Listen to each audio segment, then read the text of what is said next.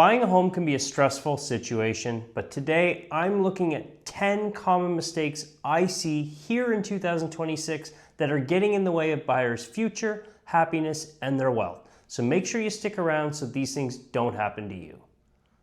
I'm John Murray, a realtor here in Halifax. My information will be on screen. If you want more tips like this, subscribe to my channel, but let's get into these mistakes. One of the biggest mistakes I see buyers make is they're just too picky, especially when it's not your forever home. For example, if you're buying your first home, it's typically a 3 to 5 year home. These days, maybe a little more 5 to 7, but either way, if it's not somewhere you're gonna be the rest of your life, you need to just focus on what works for you and making sure you're making a good investment.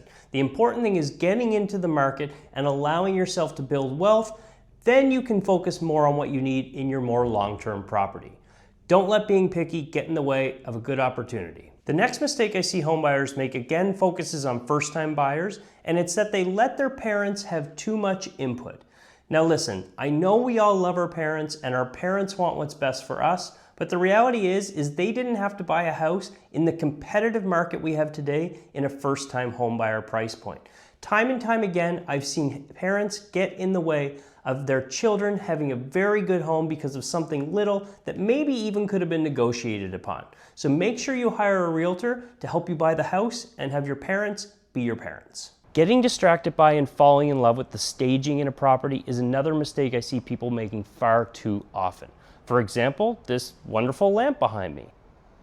The reality is that the furniture doesn't come with the house. You should be focusing on, is the layout functional? How's the foundation? How's the roof? Do the windows need to be replaced soon? You should be looking at more big ticket items and making sure the home works for you, and don't get distracted by the pretty things they've done to market the property. Homebuyer mistake number 4, and that is lowballing a seller either too aggressively or too early. I can't tell you how many times I've had clients ask me, I want to put in a lowball. Well, the home's only been on the market for 4 days. They've priced it a certain way. There's a reason they've priced it that way.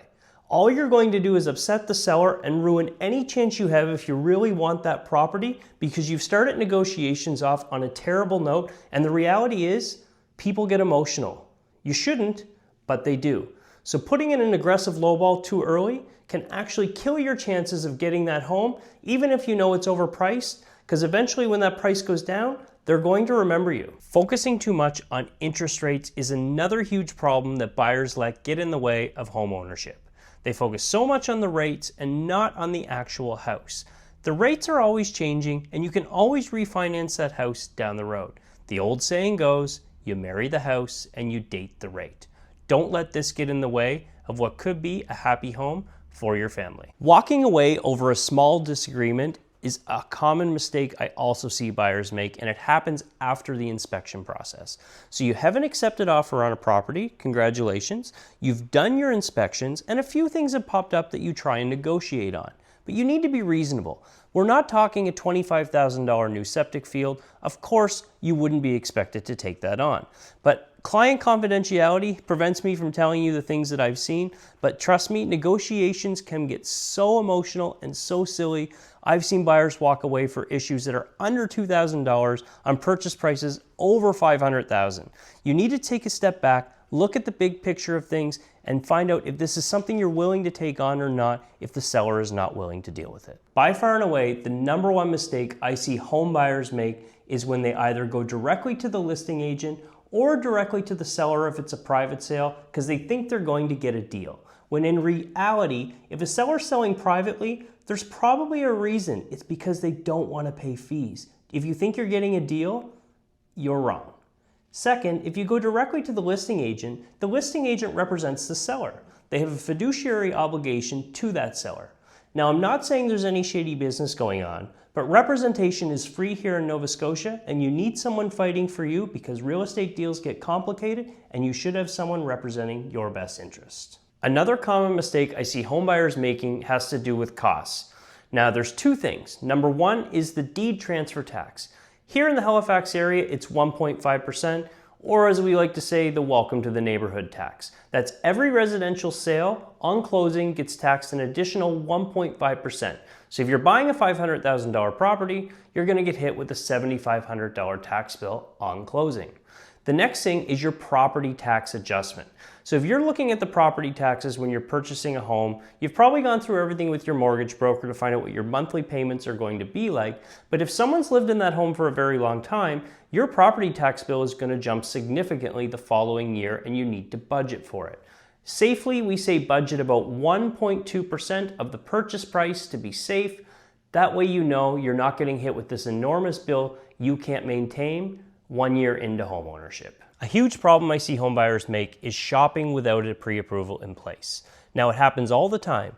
I'll be hosting an open house, people will come in, I'll ask them, are you pre-approved? A lot of the time they say no, or, oh, we're waiting to find the right house first. Well, that strategy would be like me going out in the rain behind me right now without an umbrella and thinking I'm going to stay dry. You need to have a pre-approval in place to know what you can afford before you offer on a property. If anyone writes an offer on a property for you without a pre-approval in place, you're being put in risk because you're going to start spending money on inspections, your financing is going to not come through, and you've wasted money and put yourself in a terrible situation. Get pre-approved. Ignoring resale value because you're buying your forever home is another common mistake I see homebuyers make. Look, I understand if you have a plan, you want to live in that house the rest of your life, you want to check as many boxes as possible. But you do have to just be careful not to go too far or buy a house that's too quirky or in a really bad location just because it works for you right now. I've seen time and time again, sadly, things happen in life out of your control. You could get relocated due to your work. Sadly, some couples get divorced. There's just all kinds of things that life can throw at you, so you need to keep this in the back of your mind even if you're buying what you think is your last property. Of course, these are just some of the common mistakes that I see buyers make every day in my industry. If you get any value from this video, do me a huge favor, subscribe to the channel, and let me know what you think in the comments. My information will be on screen if you want to have a conversation, and I'm going to have a 10 mistakes that sellers make here in 2026 video coming out shortly. There's all kinds of content on my channel. I hope to provide value to you in any way that I can, and thanks again for tuning in, and I'll see you on the next video.